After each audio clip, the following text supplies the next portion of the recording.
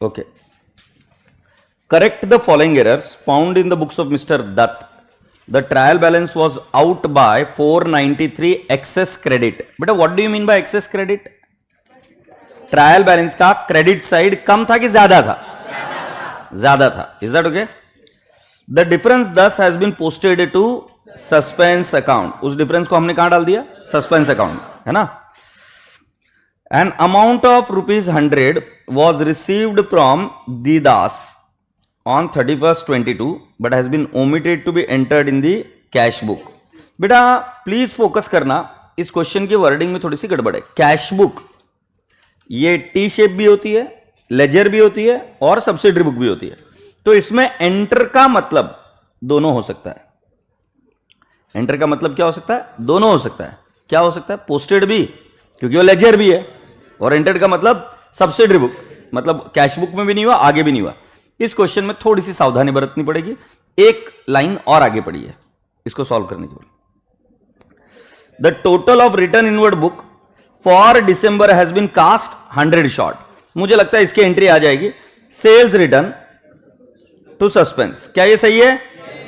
ठीक है. बी वाला तो आ गया, ए वाला पेंडिंग रखा. C, the purchase of office table costing 300 has been pass through purchase day book. मैं आपसे एक प्रश्न पूछता हूं, आप मुझे एक चीज बता सकते हो कि यहां पर ये कौन सा एरर है? Error of principle. टेबल को परचेस मान लिया गया तो एरर ऑफ प्रिंसिपल. सो इसको बेटा जी बुक्स की अदला बदली नहीं है, कास्टिंग एरर नहीं है, तो इसको हम पहले करेक्ट एंट्री करेंगे.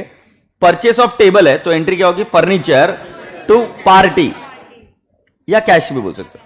अब वो परचेस बुक से गया तो रॉन्ग एंट्री क्या हो गई? Purchases to party. Rectification entry क्या होगी? Furniture to party. Is that okay? Sorry, purchases, furniture to purchases. ठीक है, मतलब मुझे लगता है सी वाला भी आ जाएगा. 375 paid for wages to workman for making showcases has been charge to wages account. बेटा मुझे एक बात बताओ, शोकेस माने फर्नीचर, शोकेस माने फर्नीचर. डिस्प्ले सेंटर्स नहीं होते क्या? उसको शोकेसेस बोलते हैं, है ना? जो कांच के बने हुए थे बड़े बड़े डिस्प्ले सेंटर्स, उसको शोकेस बोलते हैं. तो उसके बने हुए वेजेस, उसको बनाने की वेजेस कहां पे जाने चाहिए? वेजेस में नहीं जाने चाहिए. It should go in showcase account only. तो इसकी रॉन्ग एंट्री क्या हो गई? Wages to cash. Correct entry क्या होनी चाहिए? Showcase to cash. Rectification entry क्या होगी? Showcase to wages. क्लियर है? तो मुझे लगता है ये भी आ जाएगा. A purchase of 67 had been posted to trade payable account as ₹60. बेटा वर्ड क्या है? पोस्टेड. मतलब एग्जामिनर वर्ड पोस्टेड भी यूज करना जानता है. बराबर है ना? मतलब इसको बराबर पोस्टेड वर्ड यूज करते आता है. क्वेश्चन लिखने का तरीका बता रहा हूं. एक ही क्वेश्चन है, एक क्वेश्चन में अलग अलग शब्दों के मायने समझो. जैसे may be, should be, shall, इसके मतलब अलग अलग होते हैं. I shall come, I may come, there is the difference. Yes और नो? सो उसी बेसिस पर अब मैं आपको बता रहा हूं. एग्जामिनर ने ऊपर वर्ड यूज किया था एंटर और नीचे वर्ड यूज किया है पोस्टेड. तो शांति से चलते. ये वाला तो क्लियर है. परचेस ऑफ 67 क्या एंट्री होगी? Purchase to trade payable 67. Wrong entry हो गई. Purchase to trade payable 60. Rectification entry होगी सस्पेंस टू ट्रेड पेएबल ₹7. बच्चा घूरते रह रहे. वापिस से बताओ. परचेस 67 क्रेडिट है, एंट्री करो.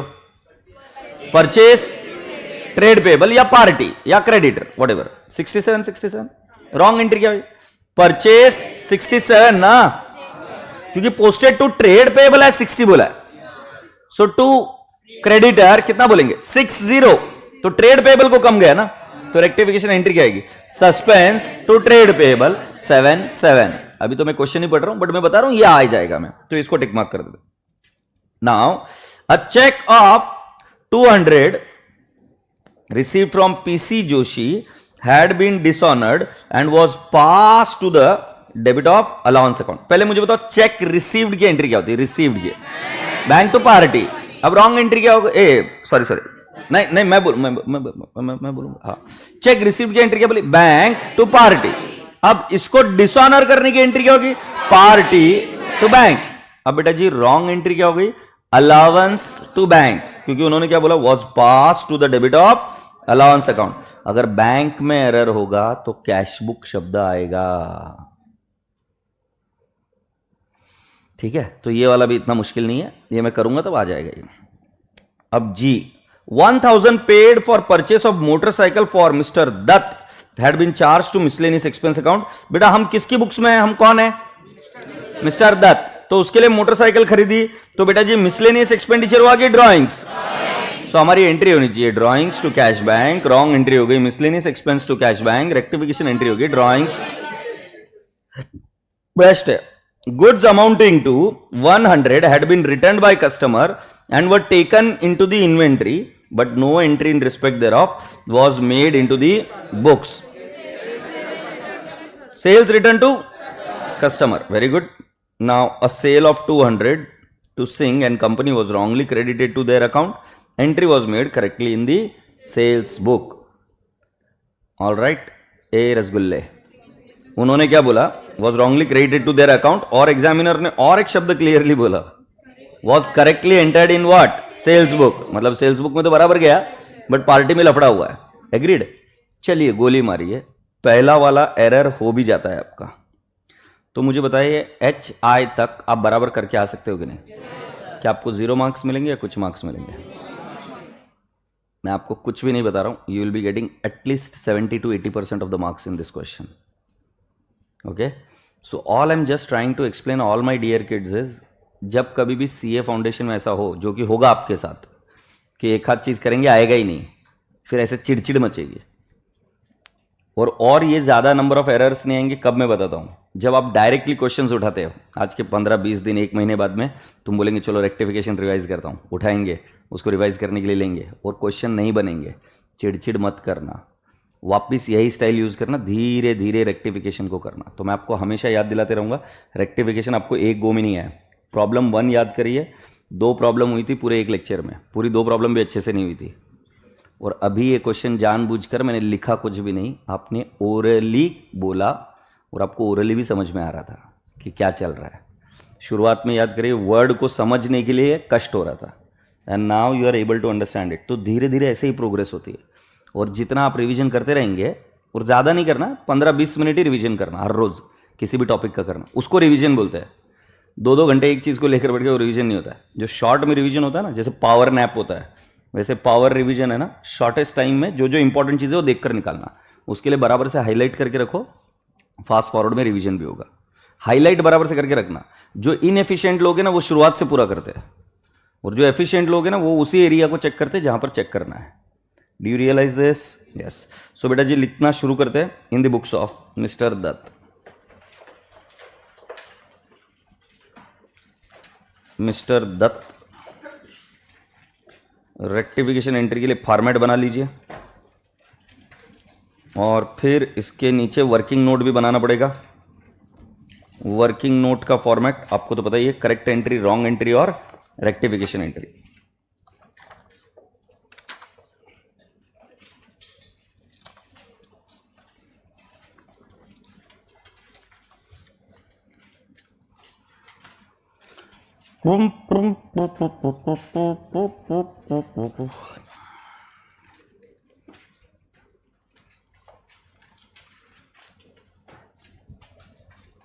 कोई ना कोई चाहिए। क्या रे गुंडी, कौन से मंदिर जाके आया तू? अच्छा, क्या नाम है आपका? तू कटक राठी हॉस्टल में रहे? पता तू गुरुकुल में रहे हो? उतरना होगा ये केसरी कटक है तू? हाँ, इरकल। ओके, वेलकम, अच्छे लग रहे हो। Shall we go ahead?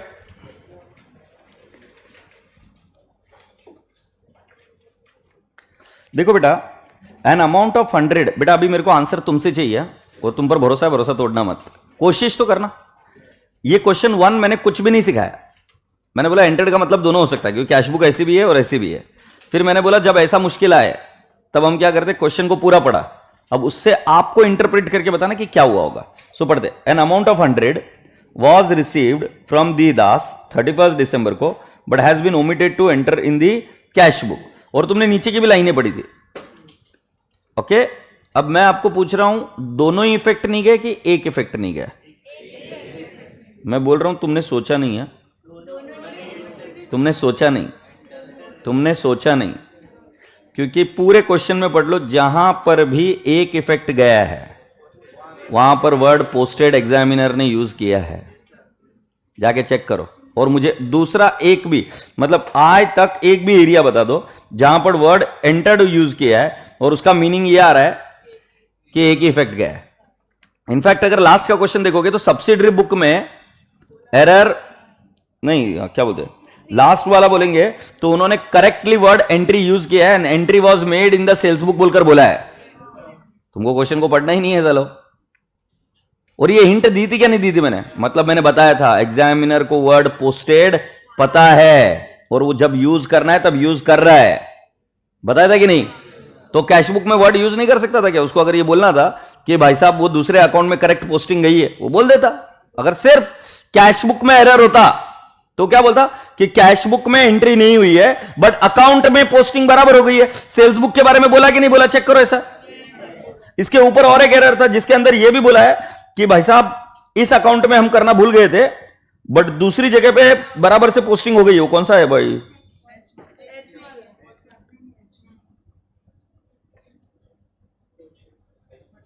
बस no entry was made in the books. अच्छा, और एक था ना,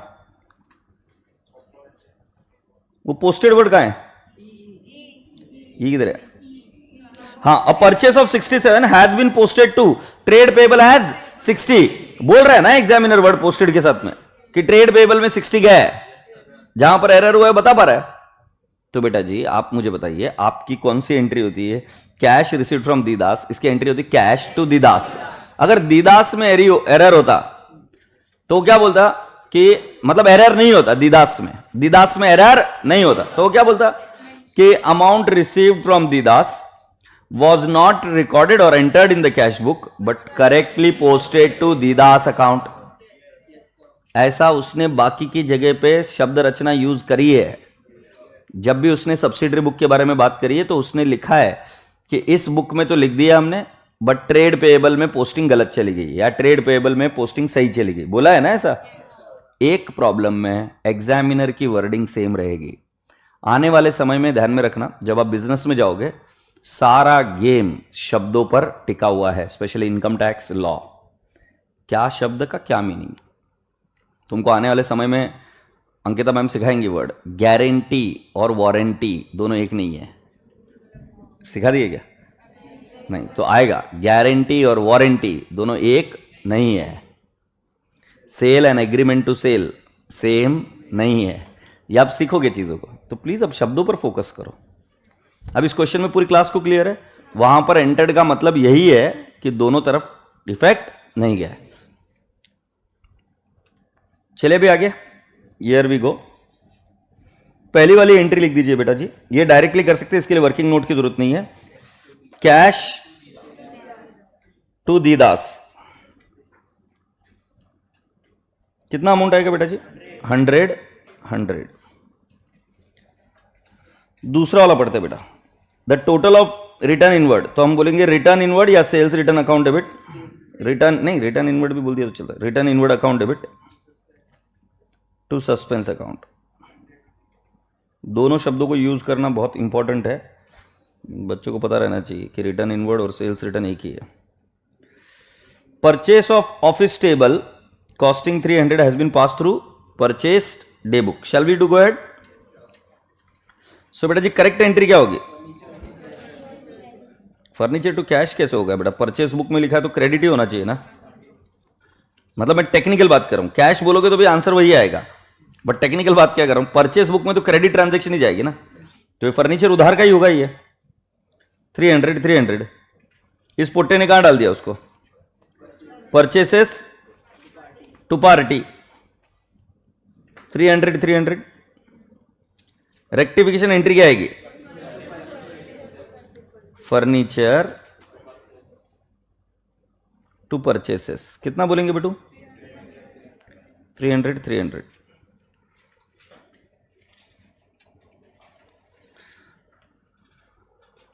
Now, dearest students, how do we record this? Are we ready? So ये देखो थर्ड वाली एंट्री मेरी, फर्नीचर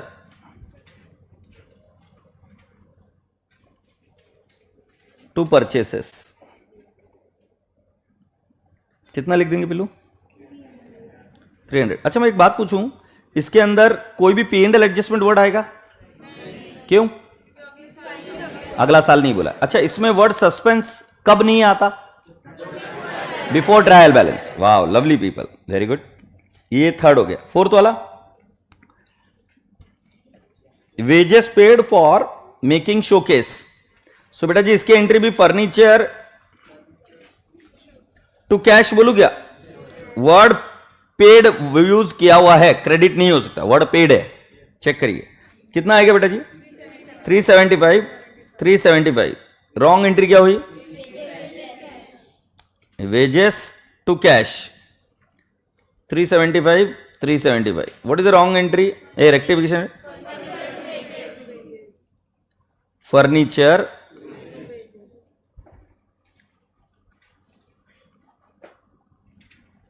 $375।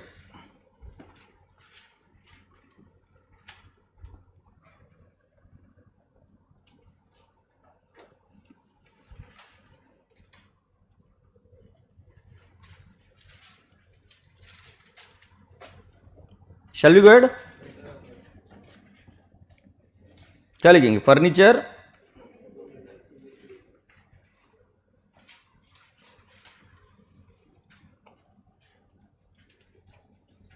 कितना लिख देंगे? 375, 375। एक बात पूछूं, बुरा ना मानो तो, मुझे एक बात बताओ, सस्पेंस का बैलेंस अपन कैपिटल में कब ट्रांसफर करते हैं? बराबर नो, झूठी बात है। हाँ ये बराबर बोल रहा है बच्चा, ये बच्चा बराबर बोल। जब ट्रायल बैलेंस टैली नहीं हुआ था और उन गधेड़ों ने सस्पेंस अकाउंट बनाने की जगह पे उसको पी एंड एल में डाल दिया था, तब जब सस्पेंस का बैलेंस वापस कहां पे ट्रांसफर किया जाएगा? कैपिटल में। अरे बच्चों इसके शॉर्टकट्स बनाकर लिख कर रखो, नहीं तो बाद में भूल जाओगे। लॉजिक मैंने दे रखा है। जब ट्रायल बैलेंस टैली नहीं होता, क्वेश्चन में लिखा रहेगा ट्रायल बैलेंस टैली नहीं हुआ, उसके अंदर क्या आया था? सस्पेंस। बट इन कमीनों ने ना अपना एरर छुपाने के लिए उसको कहां डाल दिया? Capital, sorry P and L में। तो जब हम रेक्टिफाई भी करेंगे तब कहां डालेंगे उसको? कैपिटल में। Do you all agree? Yes. और वो लास्ट में डालते थे। बीच बीच में ऐसा चेक कर रहा हूं आ रहा है कि नहीं आ रहा है। ये वाला आंसर बराबर नहीं आया था तुम्हारा। A purchase of 67 has been posted to trade payable account as ₹60। चलो बेटा मुझे बताओ करेक्ट एंट्री क्या आएगी? परचेसेस टू ट्रेड पेबल कितना आएगा बेटू? 67, 67। रॉन्ग एंट्री हो गई। Purchases 67 to trade payable 60। Rectification entry आएगी suspense to trade payable. Can I say 77?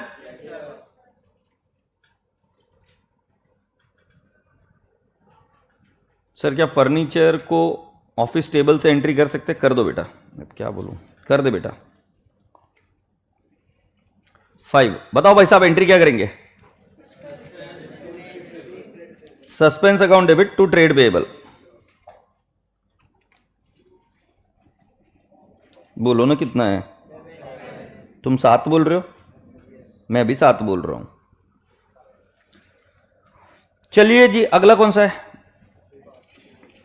A check of 200 received from PC Joshi has been dishonored and passed to the debit of allowance account. अब इधर word पास का मतलब गलत use किया उन्होंने। Correct entry होनी चाहिए थी बेटा जी। चेक रिसीव्ड थी बैंक टू पीसी जोशी, अभी एंट्री होगी पीसी जोशी टू बैंक। है कितना अमाउंट आ जाएगा बेटा जी? 200, 200। रॉन्ग एंट्री क्या हो गई बेटा जी? बैंक में एरर नहीं हुआ क्योंकि उन्होंने क्या बोला? Was passed through, pass to the debit of allowance account. So debit में क्या था? पीसी जोशी था। अभी पीसी जोशी की जगह पे कौन आ जाएगा? अलाउंस। तो हमारा एंट्री क्या हो जाएगा? Allowance to bank. कितना? 200, 200। ये बेटा फ्रॉड था एक्चुअली। जिस भी बच्चे ने डिसऑनर की एंट्री करी थी, जिस व्यक्ति ने वहां पर, ये फ्रॉड है।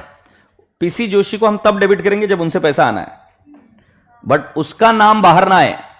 इसलिए हमने नाम कुछ अलग लिख दिया, allowance, bank charges to bank. इससे क्या हुआ, बैंक कम भी हुआ, बैंक कम भी हुआ, और किसको डाल दिया, बैंक चार्जेस को। ये फ्रॉड है एक्चुअली। व्यक्ति के नाम को अगर एक्सपेंस में बदल दिया जाए तो होता क्या है कि जो पैसा रिसीवेबल था पीसी जोशी से, उसका बैलेंस हो गया जीरो। क्लिक हो रहा है कि नहीं हो रहा है? ये अभी आपको एज ए सीए सोचने के लिए मजबूर कर रहा हूं। सिर्फ एरर रेक्टिफाई नहीं कर रहे, हम एरर को देखकर ये भी पता कर रहे भाई ये तो फ्रॉड था। किसी व्यक्ति से पैसा आना है, वो नहीं दे रहा है, हम उसको अगर एक्सपेंस मान ले तो ये तो फ्रॉड है। तो बताओ अभी इसकी एंट्री क्या होगी, PC Joshi, PC Joshi to allowance.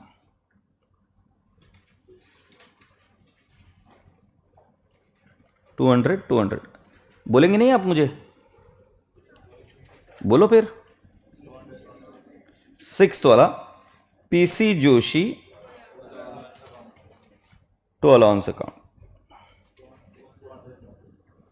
200। Wow, खरबूजो अगली एंट्री पूछता हूं यार, मेरे पास जगह ही नहीं रहती यार कभी एंट्री करने के लिए।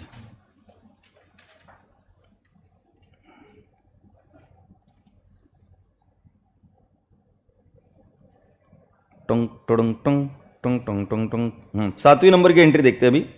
बेटा ये तो बहुत आसान है, क्या हो गया था, ड्राइंग्स टू मिसलेनियस एक्सपेंस कर दूंगे बेटा direct, drawings to miscellaneous expense. बोलो कितना आएगा, 1000 1000।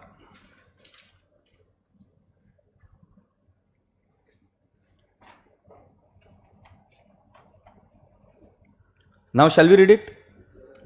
Goods amounting to 100 had been returned by customer and were taken in inventory, but no entry in respect of thereof was made. Entry क्या आएगी, sales return customer, sales return to customer।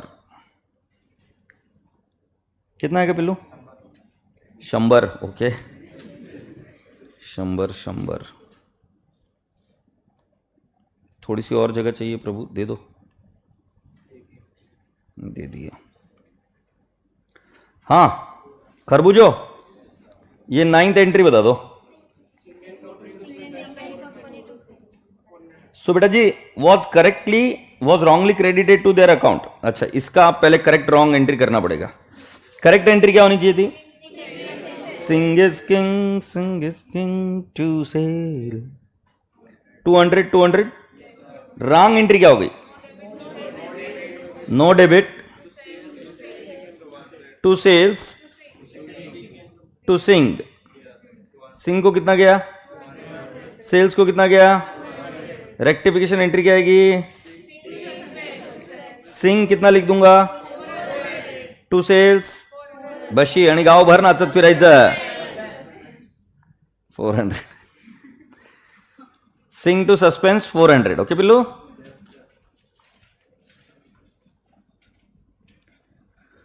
चलो लिखो खरबूजो, चिंगिच king Singh to what, बोलो कितना आएगा, 400 और 400। हाँ, can I expect you all to say that 9th is done. अच्छा, इसके अंदर जब भी सस्पेंस का बैलेंस दिया जाए तो एग्जामिनर और एक काम करता है, कई बार सस्पेंस अकाउंट बनाता है। हम इसमें सस्पेंस अकाउंट एक बार बनाकर आपको बता देते क्या है, फालतू की चीज है बट देख लेते हैं। सस्पेंस अकाउंट कैसे बनेगा जरा देख लो, ऐसा बनाओ, ऐसा ऐसा करके तुम्हारे जैसा एकदम सुंदर टिकाऊ सस्पेंस अकाउंट बना दो। ठीक है, तो बेटा जी कौन सा बोला, एक्सेस क्रेडिट है, was out by 493 excess credit. बेटा एक्सेस क्रेडिट का मतलब क्या है, क्रेडिट ज्यादा थी, तो सस्पेंस को कौन सा बैलेंस आया होगा, डेबिट या क्रेडिट, डेबिट। मैं वापस बता रहा हूं, क्रेडिट साइड ज्यादा थी, ये लाइन समझ में आ रहा है, एक्सेस क्रेडिट ट्रायल बैलेंस की, तो क्रेडिट ज्यादा है तो कॉमन सेंस सस्पेंस कहां पे आया होगा, डेबिट साइड। तो बेटा जी can I not say to balance brought down, difference in trial balance 493। जिसको नहीं समझा मुझे पूछ लो, क्रेडिट ज्यादा है तो suspense will be on the debit side 100%, yes और no. Shall I now proceed? Now please tell me what is the first thing. First entry क्या है?